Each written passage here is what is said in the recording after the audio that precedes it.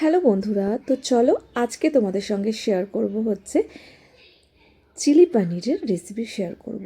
Chilli পানির খেতে আমরা খুব ভালোবাসি, বিশেষ করে মেয়ে তো খুব ভালোবাসে, আর মেয়ে আমি দুজনেই খুব ভালোবাসি। ওর বাবাও ভালোবাসে, তবে আমার ছেলে চিলি পানিরের যে পকোড়াগুলো হয় না সেগুলো খেতে ভালোবাসে। আর এই চিলি পানিরটা যেহেতু একটুখানি হরর মানে এরকম টাইপের করে, তো সেই জন্যে ও এরকম খেতে ভালোবাসে না। আমার ছেলে চিলি পানিরের এই যে পকোড়ার টাইমে যে ভাজাগুলো হয় সেইগুলো খেতে খুব ভালোবাসে। কিন্তু আমার মেয়ে, আমি, আমার বর সবাই মিলে কিন্তু এরকমভাবে চিলি পানির খেতে খুব ভালোবাসি। তো চলো, চিলি পানিরটা খুবই ইজি বানানো। আর এই চিলি পানিরের যে পানিরটা দেখছো না, এটা একটা কিউব করে কাটাই ছিল, তো সেই জন্য আর কাটতে হয়নি।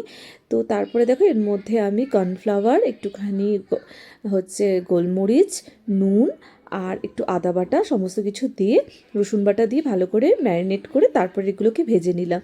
দারুণ লাগে বন্ধুরা। তো চলো, তোমরাও নিশ্চয়ই বানাও যে যার নিজস্ব পদ্ধতিতে, বাট এরকমভাবে বানালে কিন্তু দারুণ লাগে খেতে। খুব কম উপকরণেই কিন্তু ফাটাফাট করে বেনে যায়, আর খেতেও খুব ভালো হয়, আর ঝাল ঝাল খুব একটা হয় না, যার ফলে বাচ্চারাও কিন্তু খুব ভালোবাসে খেতে, আর চটজলদি খাওয়াও হয়ে যায়। তো একটুখানি ক্যাপসিকাম অর্ডার করে নিলাম। তো আমাদের কি বলো তো, ব্লিঙ্কিটস না খুব সুবিধাজনক হয়, বাড়িতেই দিয়ে যায়। ওর বাবা তো সবসময় থাকে না, আর এদেরকে রেখে নিচে গিয়ে বাজার থেকে নিয়ে আসাটা খুব একটু মানে মুশকিল হয়ে যায় আমার ক্ষেত্রে। তবে হ্যাঁ, কখনো কখনো যখন স্কুল থেকে ফিরি, পুপুকে দিয়ে এসে তখন কিন্তু মাঝে মাঝে কখনো কখনো নিয়ে আসি, নইলে বেশিরভাগটাই এখন আমি ব্লিঙ্কিটসে অর্ডার করে দিই।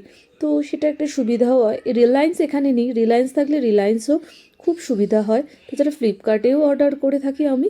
এই সমস্ত অ্যাপসগুলো আছে বলে না খুব ভালো হয় যে বাড়িতেই কোনো অসুবিধা হয় না, সব জিনিসপত্র ঝটপট করে চলে আসে। কোনো জিনিস যদি মনে হয় যে আজকে এক্ষুনি এই মুহূর্তে চাই, তো তখন কিন্তু ছট করে চলে আসে। তো চলো, তোমাদের সাথে গল্প করতে করতে পানিরগুলো কিউবগুলো ভাজা হয়ে গেল। এইবার একটু পেঁয়াজ আর একটুখানি ক্যাপসিকামকে কেটে নিয়ে এটাকে একটুখানি ওই পানিরের তেলেই ভেজে নেব।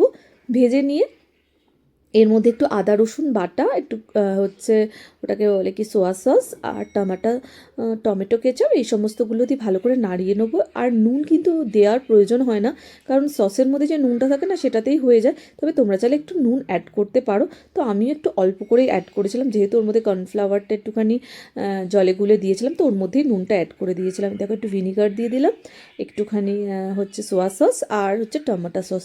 এটা দিয়ে কিন্তু বেশ ভালো করে নাড়াচাড়া করে নিলে বেশ সুন্দর হয়। তো আমার তো ভালোই লাগে। আর দেখো বন্ধুরা, তোমরাও বাড়িতে বানিয়ে আমার এই রেসিপিটা বানিয়ে দেখো, বেশ ভালো লাগবে। আর একবার খেলে মনে হবে যেন হ্যাঁ, বাড়িবারে বানিয়ে খাই।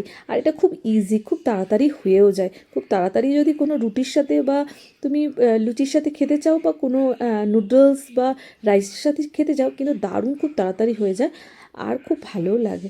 তো চলো, এই যে বেনে গেল, আর আমার মেয়ে খেয়ে বললো মাম্মা দারুণ হয়েছে।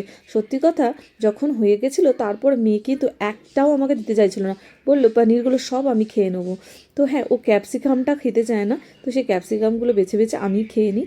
তো চলো, হয়ে গেল। আর তোমাদের কাদের এই চিলি পানির খেতে ভালো লাগে অবশ্যই কমেন্ট বক্সে কমেন্ট করতে জানিও না। রেসিপিটা কেমন লাগলো অবশ্যই জানিও, এই রেসিপিটা তোমাদের সঙ্গে শেয়ার করলাম।